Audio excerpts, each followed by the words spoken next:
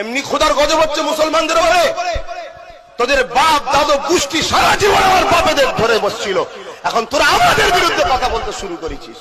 হ্যাঁ, তোমার বিরুদ্ধে কথা বলছে? তোমার দোয়া কর দাও, দিন ভাইজান দোয়া কর দাও, পুরো কড়া করে হাত তোলো, কড়া করে পুরো চোখ দিয়ে জান বের কর দাও। কাসেমের সঙ্গে আত্মীয়তা কেটে দিলাম আজ থেকে আমি আল্লাহর জন্য। কেন? ও কোরআনের দুশ্মনের সাথ দিয়েছে। যদি কোরআন আগে হয় তাহলে কাসেম আমার ভাই, পরিবারের ও সম্পর্ক বাদ দাও। এইবার কাসেম তোমার কি হবে? নবীর দুশ্মনের সঙ্গে হাত মেলাবে? নবীর দুশ্মন যারা ইসলামের দুশ্মন তাদের সঙ্গে হাত মেলাবে। আস্তে আস্তে পুরো তোমার বংশের সব পীরজাদা, সব তোমার চাচতো ভাইয়েরা, সব তোমার চাচা জানেরা এইভাবেই তোমার থেকে দূরে সরে যাবে। কেন? তুমি তোমার বড় ভাই জান পীরজাদা আব্বাস সিদ্দিকী ওই জান্নাতি যে দলটা তৈরি করেছে, ওই দলে তুমি যেতে পারলে না? ওই দলে তুমি যেতে পারলে না? তুমি জাহান্নামী দলে নাম লিখিয়েছো না? আব্বাস সিদ্দিক তোমার ভাই, সম্পর্ক কেটে দিল তো? সম্পর্ক কেটেছে আল্লাহর জন্য, আবার যদি সম্পর্ক কোনোদিন গড়তে হয় সেটাও আল্লাহর জন্য করবে। আর এদিকে সিপিএম এর সঙ্গে জোট করেছে। এই সিপিএম এর প্রচুর এরকম তেড়েল ভেড়েল জেড়েল, তারা আমাদের নবীর নামে কত কুটুক্তি কথাবার্তা বলে রেখেছে, কত উল্টোপাল্টা কথা বলে রেখেছে। কেউ একজন নাকি বলেছিল যে আল্লাহ বলে নাকি কেউ নেই, আস্তাগফিরুল্লাহ। সেই সব মালেদের আইএসএফে জায়গা দিয়েছে, এদেরকে আল্লাহর জন্য দলে নিচ্ছে, আর কাসেমকে আল্লাহর জন্য দূরে সরিয়ে দিচ্ছে। বাহ ভাইজান বাহ, তোমার কোনো জবাব নেই, লাজবাব, তুমি লাজবাব।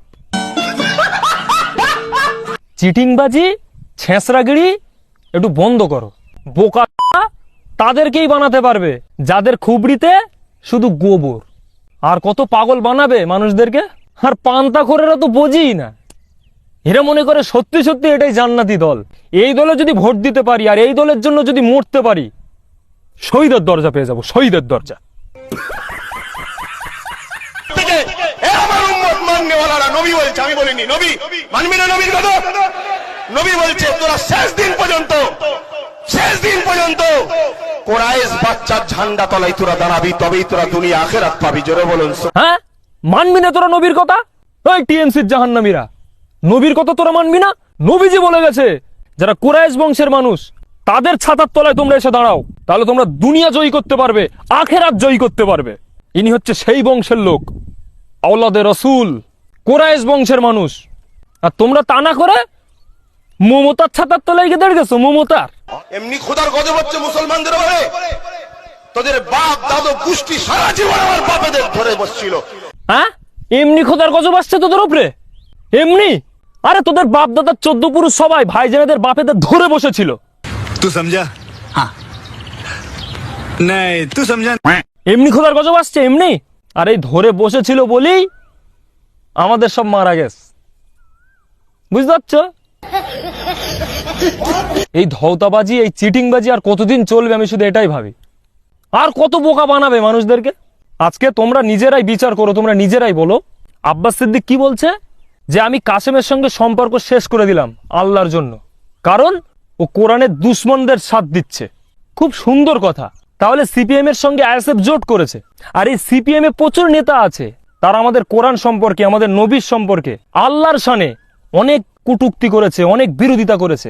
হযরত মুহাম্মদ এক হাতে তরবারি আর এক হাতে হাদিসের বাণী নিয়ে তিনি মানুষকে জয় করতে চেয়েছিলেন। তরোয়ারের সন্ত্রাস দ্বারা পৃথিবীতে ইসলাম আসেনি। কি বলতে চাচ্ছেন উনি? হাতে তলোয়ার আর হাদিস নিয়ে পড়াশোনা করেছেন, পরিষ্কার হয়ে যাওয়ার পরে কি মাথা ঠিক নেই নাকি? তাহলে এরাও তো নবীর দুশ্মন, এরাও তো আল্লাহর দুশ্মন, এরাও তো কোরআনের দুশ্মন। তাহলে কোন যুক্তিতে, কোন হিসেবে ভাইজান ওনাদের সঙ্গে জোট করেছে? এখন কিছু পাগলা পান্তাখোর অন্ধভক্ত বলবে যে ভাইজান কি রাজনীতি করে? তোর ভাইজান রাজনীতি করে না, তো এত রাজনীতি নিয়ে কথা বলে কেন? 2021 সাল থেকে একটা তোদের ভাইজানের ওয়াজ শোনা তো, সব তো সে রাজনীতির কথা বলে। দিদি করেছে, শওকত মোল্লা জাহান্নামের কুকুর, মাতিন সাহেব কোনো মুফতি না, এইসব এগুলো ওয়াজ। হ্যাঁ, হতেও পারে তোদের কাছে ওয়াজ এগুলো, কারণ তোরা তো পান্তাখোর, অন্ধ, কিচ্ছু বুঝিস না। তো যা বলে মনে করিস ওইটাই কোরআন, ওইটাই হাদিস, ওইটাই নবী বলেছে, ওইটাই আল্লাহ বলেছে। গাইস, যাদের বিবেক আছে, যাদের মাথায় বুদ্ধি আছে, তাদেরকে একটা ভাবনা চিন্তা করার মতো কথা বলছি। আমরা মুসলমান, ওই জন্য মুসলমানের নাম নিয়েই বলছি। আচ্ছা, আমাদের মুসলিমদের সবচেয়ে বড় শত্রু কে? প্রত্যেকটা মুসলমান এক কথায় উত্তর দেবে বিজেপি। তারপরে কেউ যদি থাকে, এখন ধরে নাও টিএমসি, মানে ইনিও কিন্তু মুসলিমদের শত্রু আমাদের ভাইজানদের কথা অনুযায়ী। তাহলে যে সবচেয়ে বড় শত্রু তার বিরোধিতা করা বেশি দরকার, না যে একটু ছোট শত্রু তার বিরোধিতা করা বেশি দরকার? আগে গোড়া কাটতে হবে না আগে ডাল কাটতে হবে? গাছটাকে মারতে গেলে আগে ডাল নয়, আগে গোড়া কাটতে হবে। কিন্তু ভাইজানেরা, আইএসএফেরা, এরা গোড়া না কেটে আগা ছাঁটছে শুধু। এতে কিছু বুঝতে পারছো না? বিজেপির বিরোধিতা করে কোনো লাভ নেই আইএসএফের, কারণ পশ্চিমবাংলায় বিজেপি জিতে নেই, দিদি আছে। তাই টিএমসির ছোট শত্রু হলেও এর বেশি বিরোধিতা করতে হবে, কারণ আমাদের মাল লাগবে, মাল। মুদির বিরোধিতা করে কোনো লাভ নেই, কিন্তু মুদি সবচেয়ে বড় শত্রু। মুদির বিরুদ্ধে কটা কথা বলে, বলে না বললে চলে, বলে না। দিদি ই করেছে, দিদি উই করে, দিদি ই করে, দিদি উই করে, ওয়াকাপ লেলেচ্ছে, ই লেলেচ্ছে, উই লেলেচ্ছে। এই যে ওয়াকাপ সম্পত্তি নিয়েই নাকি এনাদের লড়াই। কি নেতাটার নাম আমার ঠিক মনে পড়ছে না, কোন একটা নেতাকে আইএসএফ এর মধ্যে ঢুকিয়েছে, সে নাকি খুদ নিজেই ওয়াকাপ সম্পত্তির ওপরে ঘর বানিয়ে রেখেছে। আর এইসব মালেগা নিয়ে ওয়াকাপ নিয়ে লড়বে। আব্বাসের অন্ধ ভক্ত যারা, তারা অন্যের ভুল যেরকম খুঁজে বেড়ায়, টিএমসির ভিতরে যত নেতা কেতা আছে তাদের ভুল খুঁজে বেড়ায়। মানে যত আইএসএফ এর বিরোধিতা লোক আছে তাদের যত ভুল এরা খুঁজে বেড়ায়, এতটা ভুল যদি এদের ভাইজানদের খুঁজতো না, এতদিন কবে ছিটকে বেরিয়ে যেত। কিন্তু এরা তো সেসব করে না, এরা শুধু অন্যের ভুল খোঁজে। এই অন্ধ ভক্তরাই কায়েম সাহেব, মাতিন সাহেবের নামে বলেছিল যে এরা নাকি রাজনীতি হারাম বলেছে। চ্যালেঞ্জ করে বলছি, চ্যালেঞ্জ করে কোন রেকর্ড দেখাতে পারে, সোশ্যাল মিডিয়ায় কোনো ভিডিও কেউ দেখাতে পারে যে মাতিন সাহেব হোক আর কায়েম সাহেব হোক, এনারা দুই ভাইয়ের মধ্যে কেউ বলেছে যে রাজনীতি করা হারাম? যদি দেখাতে পারে, আমি সারা জীবনের মতো সোশ্যাল মিডিয়া ছেড়ে দেবো। কিন্তু তারপরে অন্ধ ভক্তরা, ভাইজানের কোন একজন অন্ধ ভক্ত তুলে দিয়েছিল যে মাতিন কাইয়ুম বলেছে রাজনীতি করা হারাম। ব্যাস, এই এক সাল ডেকেছে, এবার সব সাল